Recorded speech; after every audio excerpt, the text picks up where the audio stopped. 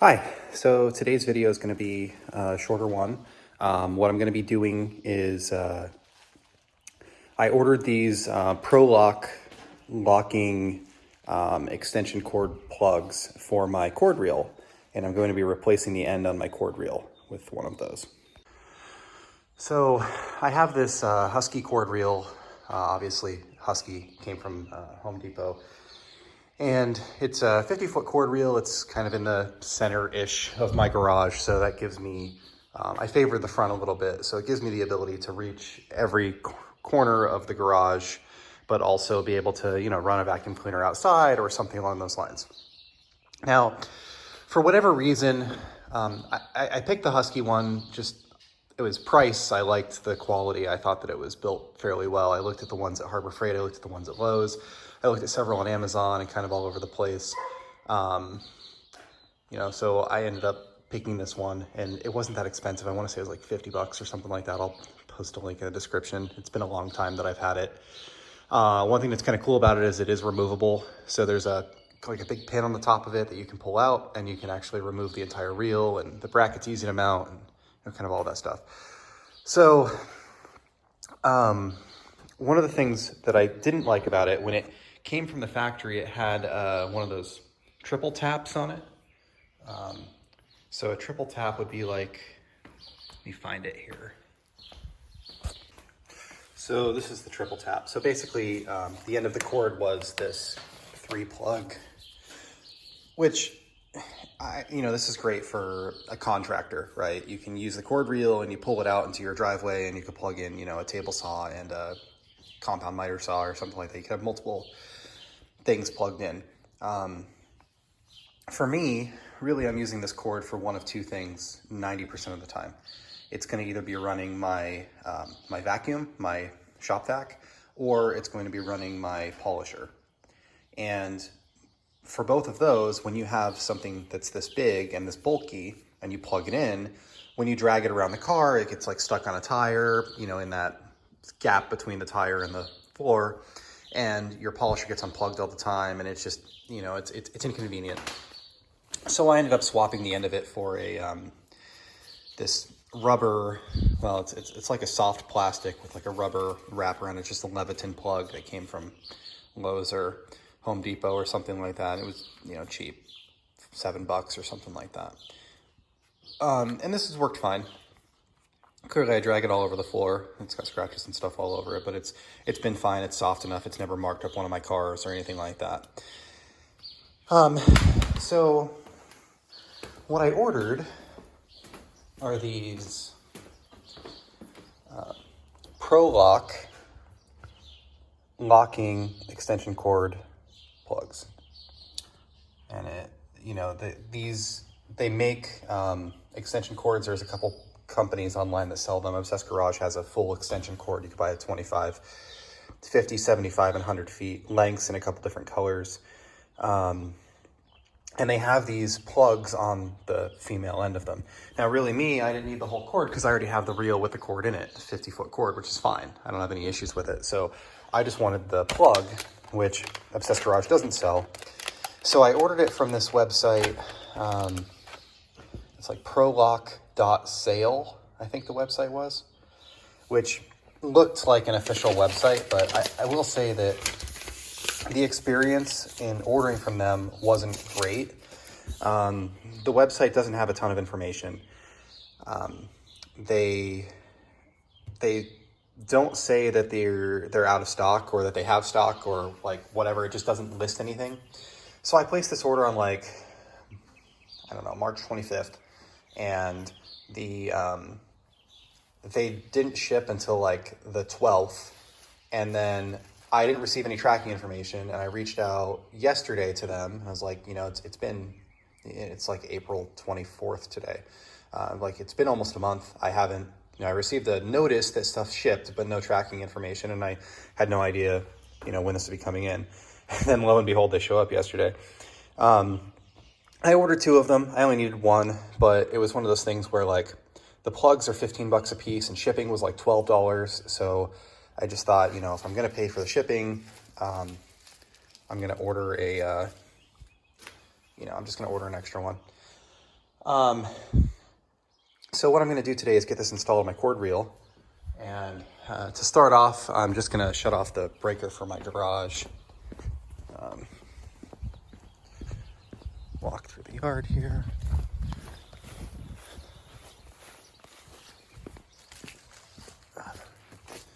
It's my outdoor panel.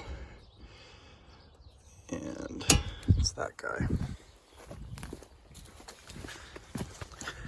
And I know exactly what breaker it is because I used to blow it all the time until I put my dedicated 20 amp circuit in for my pressure washer over there. And truthfully, you know, I built a junction box up in the attic that 20 amp is fed from. I'm probably going to add another outlet here in the ceiling at some point to plug the cord reel into. Just because I'd rather it on that circuit and not shared with everything else. So, grab one here.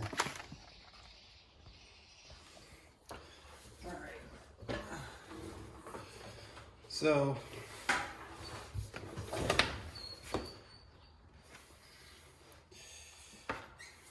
obviously, if you don't know what breaker you're turning off, you should test it before you start taking this thing apart. But these are pretty simple. If you have the triple tap on your cord from the factory, because it's a brand new cord reel, you would just cut it off. When I cut mine off, I cut it off with like a foot of cord, and I put a plug on the end of it so I could use the triple tap if I want to in the future. You know, rather than take that thing and throw it away, because it is nice. It's not low quality or anything like that. It's, you know, it's built reasonably well. In this case, I already have this plug on here, so I'm just going to remove this, and then I can save it, chuck it, use it later, whatever. So, loosen these up.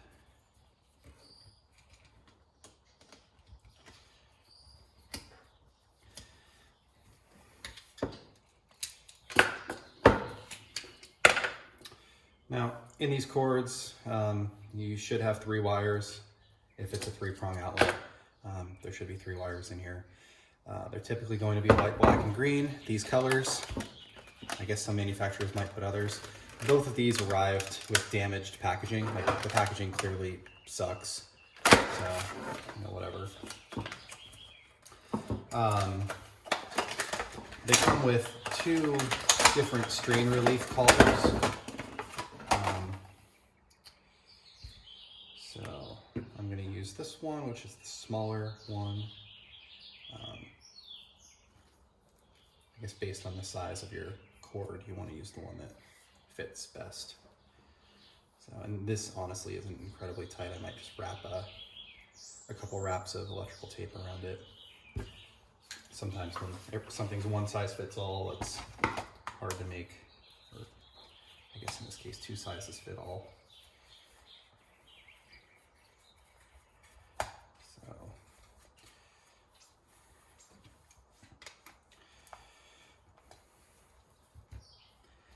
And I'm not reading the instructions, so I might be doing this wrong, who knows.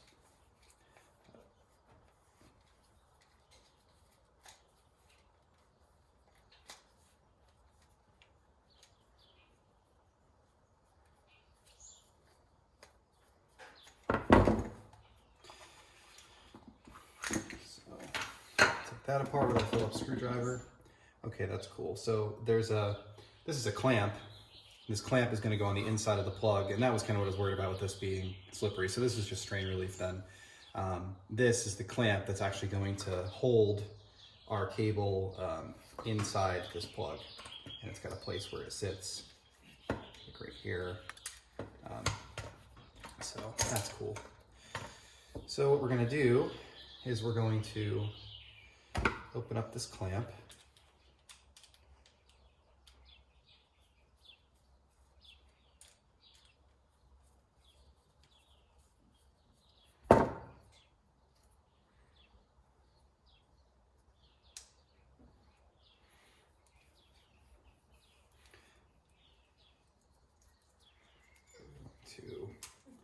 slide that through. And then we're going to build on this side. I'll show you why later. So, there's always a gold screw and a silver screw. The silver screw is the white or the neutral, and the gold screw is the hot. That's pretty standard.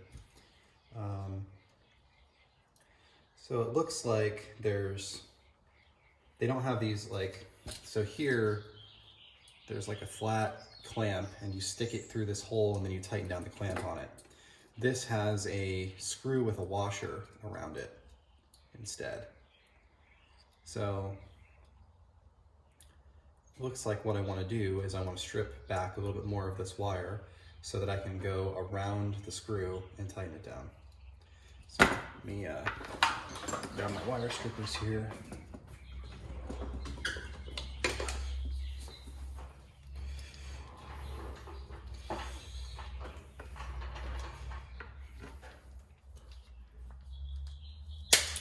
Might be better off with a knife to strip this heavy insulation.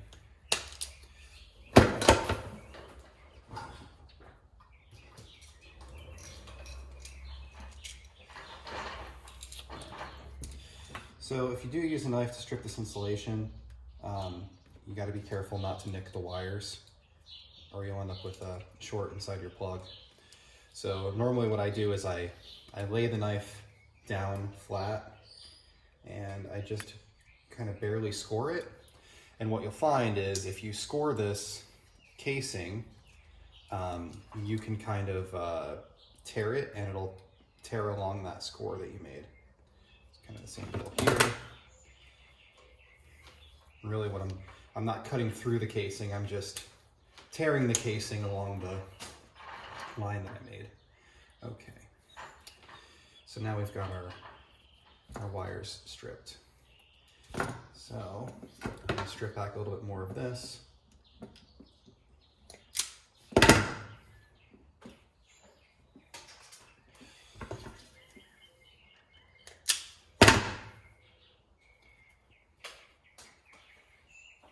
I know these strippers seem kind of hokey. When I was installing car stereos in my profession for a number of years,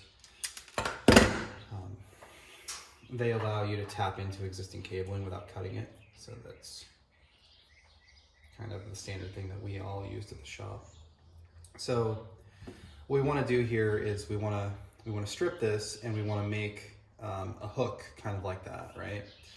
Now, I want to make sure that I'm going to have enough. I want this insulation to be inside the plug. So really, I want this to end kind of here. So I'm a little long. So what we'll do is we'll strip a little bit more, all three of these.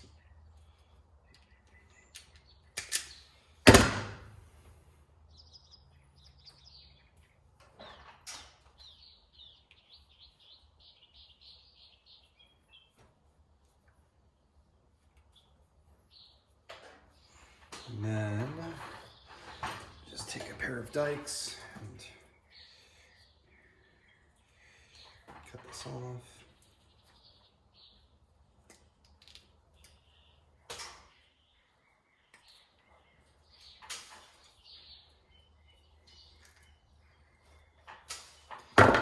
And that's about the length I think we're going to want. So we'll try this out here.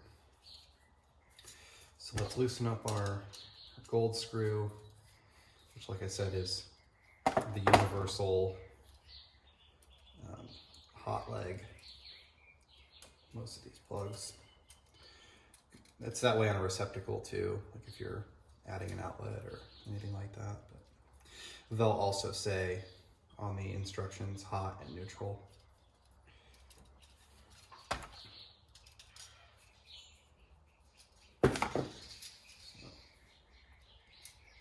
Loosen that up, slide that in there, and tighten this up. And the trick with these things is that you always want to go, you want to wrap clockwise. So you want the wire to come in on the bottom of the screw, and you want it to wrap clockwise. And what that does is, as you're tightening the screw, it's going to make sure that it's pulling wire tighter rather than pushing it out of the side. So that's, you know, kind of the way that you always want to approach it anytime you're putting a wire under a screw, whether there's a clamp or not. Does it work other ways? Probably. Does that make it the right way? No.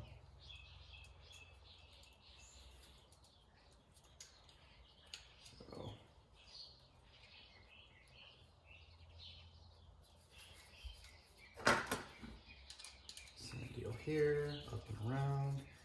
Tighten this down.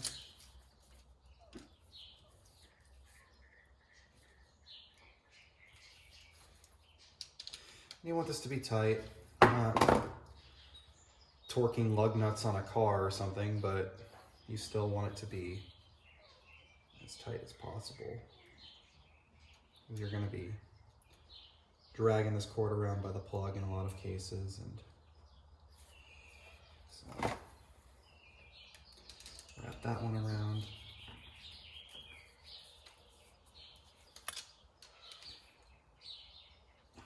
Nice and tight. Okay. So if we look at this opening, this side has screws, this side has holes. That's the one that we want to start with. So there's like a slot here and a slot here that this is going to sit in. So that goes in there like that. And the reason why we want to do that is because this has like this little square, and that sits in a hole here. And the screws on this are now on the top. So I can tighten this down.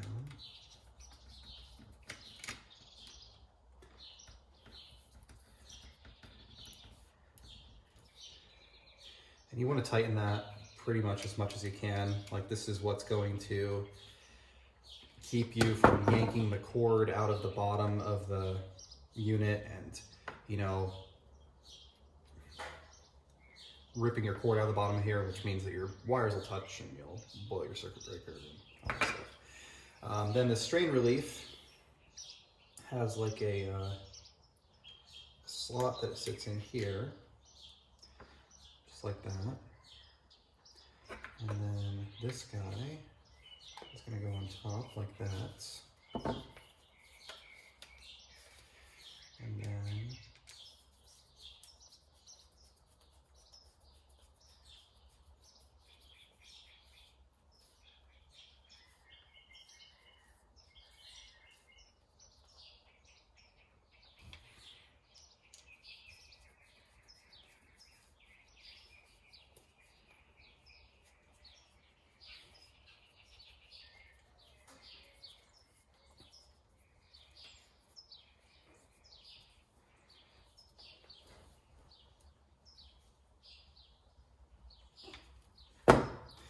so that's what the finished product looks like.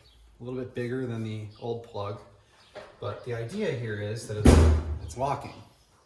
So I can take something like, just take this MacBook brick that I have here, and most plugs have holes here, and those are going to lock into this.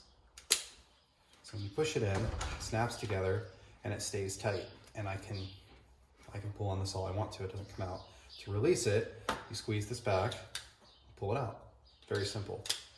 But you don't have to pull it back to push it in, you just in. So I'll turn my breaker back on and we'll test this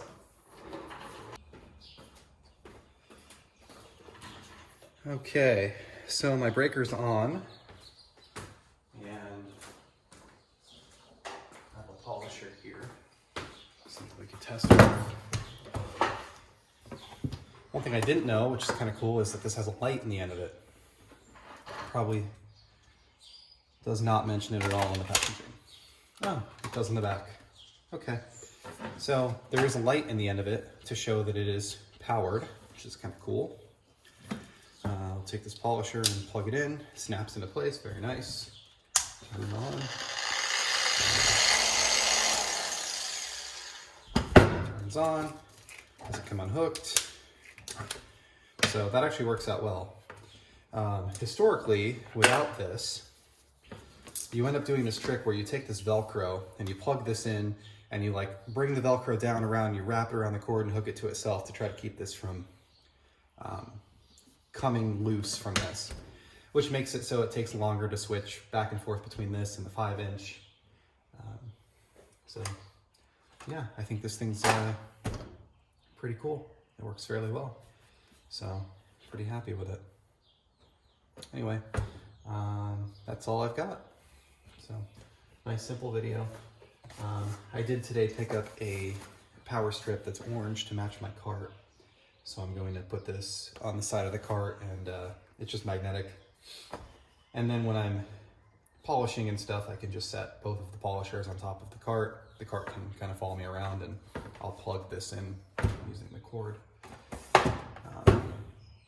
So yeah, that's about it. I also picked up some of these icon tools and talk a little bit about. So I had a lot of Snap-on tools.